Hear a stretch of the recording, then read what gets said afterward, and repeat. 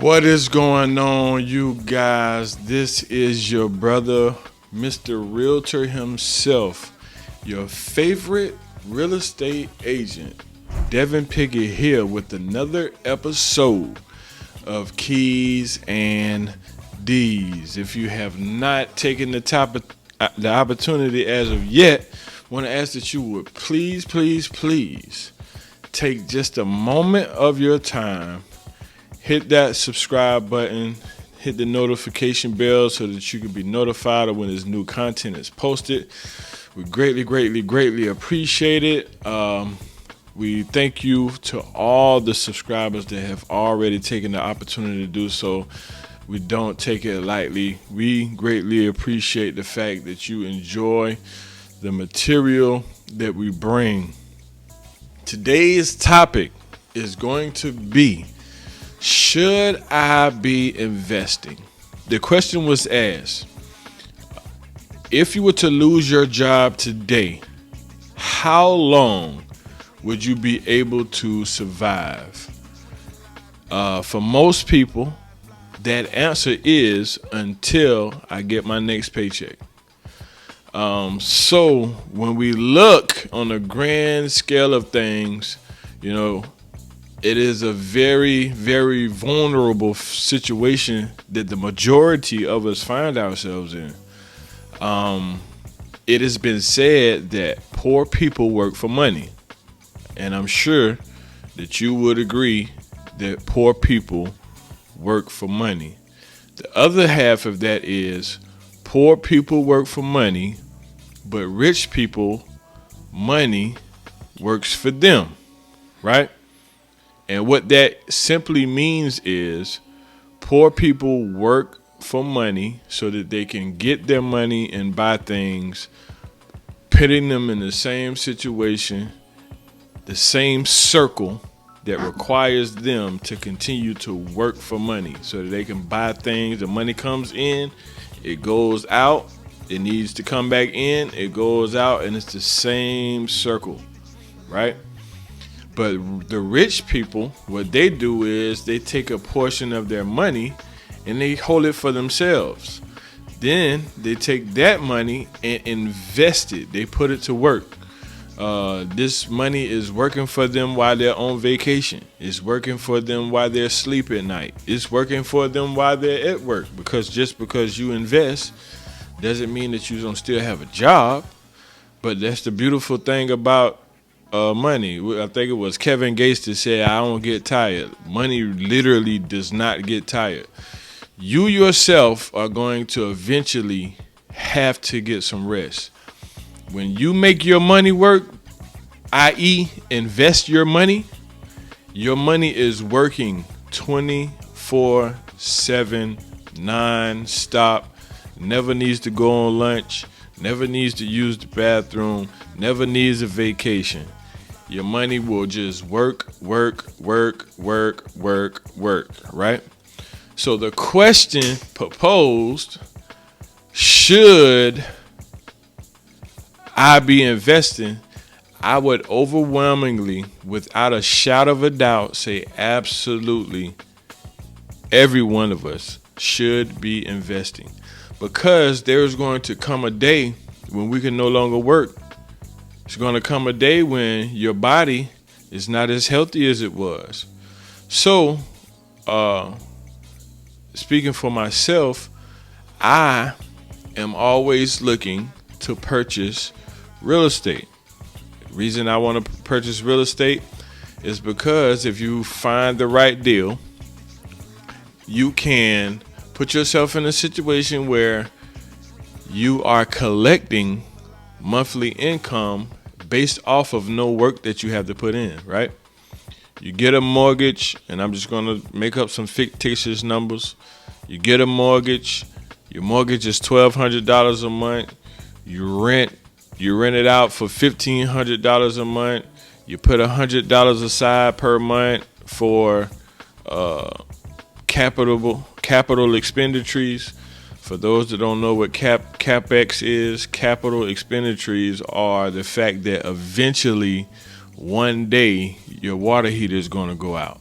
Eventually, one day, you're going to have to do some work to your roof. Eventually, one day, you're going to have to do some work to your AC system.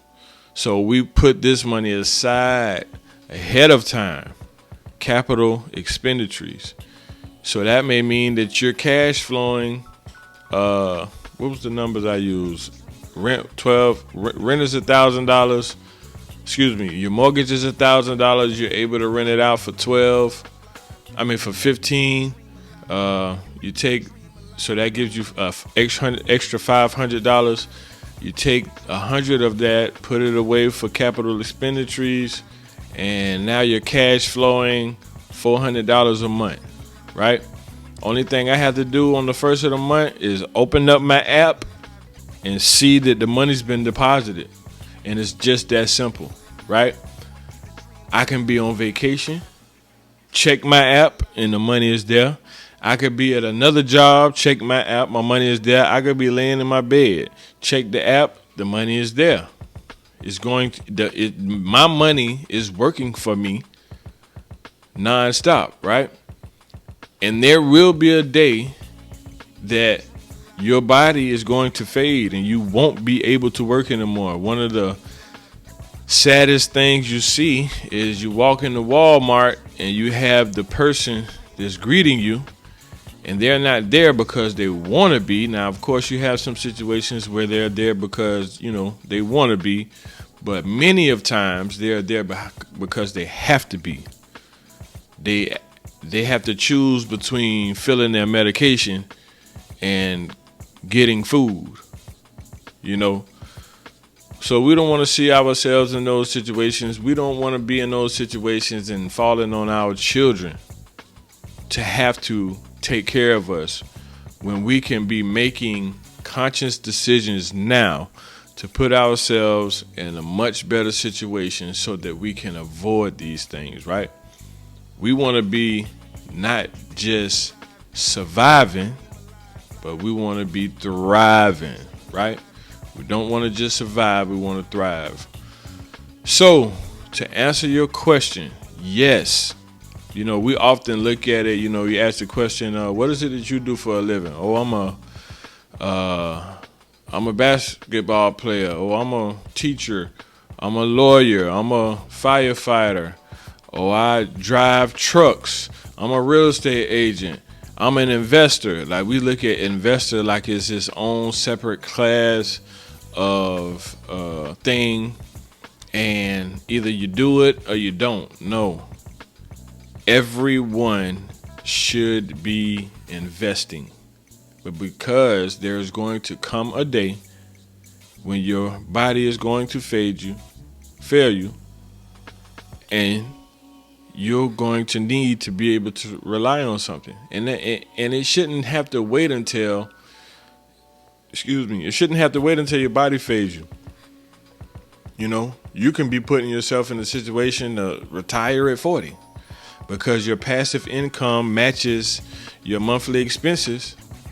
And now you can decide whether or not you want to work. You can decide where you do want to work. You can decide what kind of work you want to be engaged in, whether it be philanthropical, whether it be mentoring, whether it be serving, whether it be teaching, whether it be continuing to invest. I mean, you just don't have that burden over you because your passive income has matched your monthly expenses.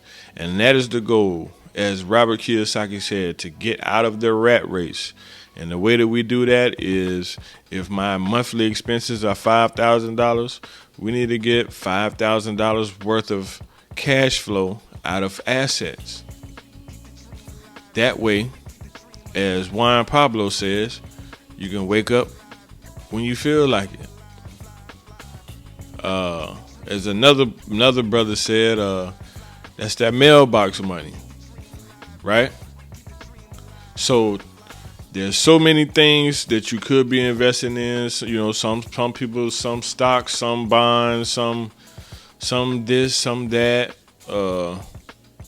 what I would say is whatever you invest your money in, you need to get with the expert of that area and invest in that. So it's a story in the richest man of Babylon.